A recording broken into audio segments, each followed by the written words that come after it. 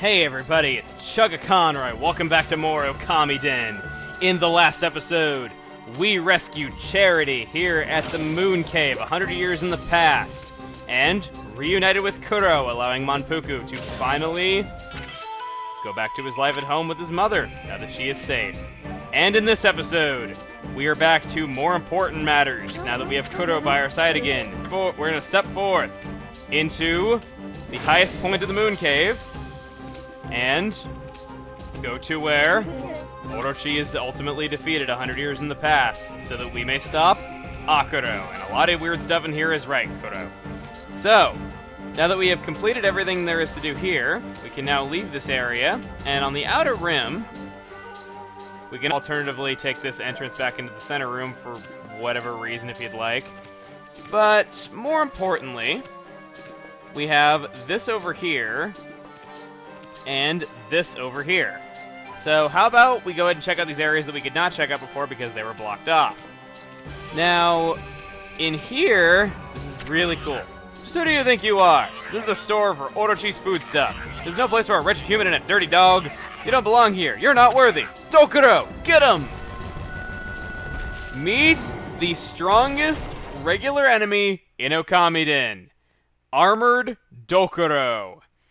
This enemy, as you can see, you cannot damage it readily. At least not quite yet you can't. He takes a lot more hits for you to ultimately weaken his outer shell. I believe you can still use Cherry Bomb on him to speed up the process, should you want. Having double Cherry Bomb is, of course, effective in this situation, which I will demonstrate right here.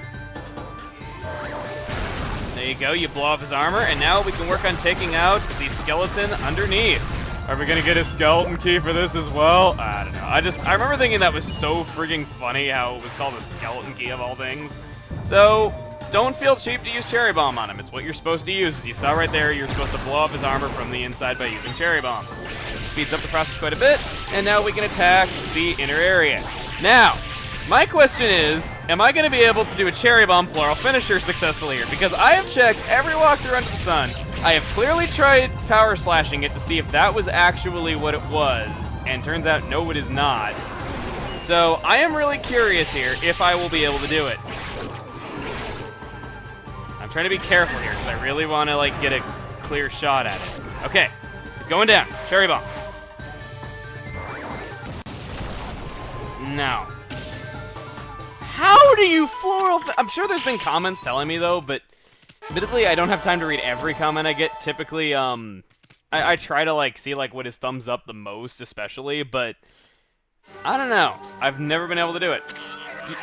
You really did it, didn't you? Oh, you don't want to know what you did, do you? You really helped save my skin.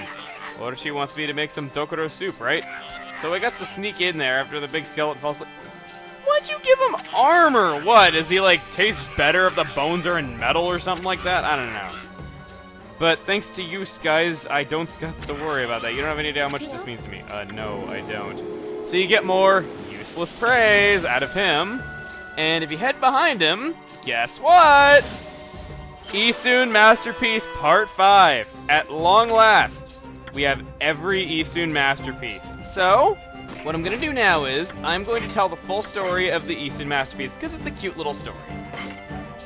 Woo, would you look at all that snow. Let's see if I can pull off that inferno. No good, okay. I'll just head toward the light. Yay, I made it! Don't take Isun lightly. Wait a second, this is no mountain! I know, it's just a silly little joke, but I don't know, I always thought it was a cute little story. But with that, we get the Scent Charm, a new holy artifact to Okamiden. Equipping this, basically, you now have the inability to die. That's the best way I can describe it. Basically, as you do damage to enemies, you slowly recover health. Yeah. I'm going to equip it for a short time for demonstrative purposes, but honestly, as we get into the final battles, I don't think I will be using it all that much. Just because, I'll be blunt, it is really freaking cheap, okay? Anyone who doesn't agree with me on it being cheap is straight up lying to themselves. And with that, we have every collectible. All you need is the History Scroll 10, AC Masterpiece Part 5, which is number 10 in that set, and you have every collectible here. If you don't have the Flame Gargoyle or the Pot Tanuki in your bestiary, you can fight them here, of course, like I showed earlier. But aside from that, that does it. The Flame Gargoyles are in here, which I just mentioned, so should you want to actually fight the Flame Gargoyles, you can. And we're heading up here, an area that only the mighty Nagi saw back in ancient times. So, for the final time, here's our spiraling climb up to Orochi's throne room. This chain's getting longer, the floor getting further away. There is no greater buildup than this. Let's just set out and finally stop Akuro from becoming perfect and getting all he wants. So that's like the real deal, Orochi? Looks even more diesel. Amaterasu is doing all she can to hold her ground. Wait, I think this is it. Your mom's about to win this fight.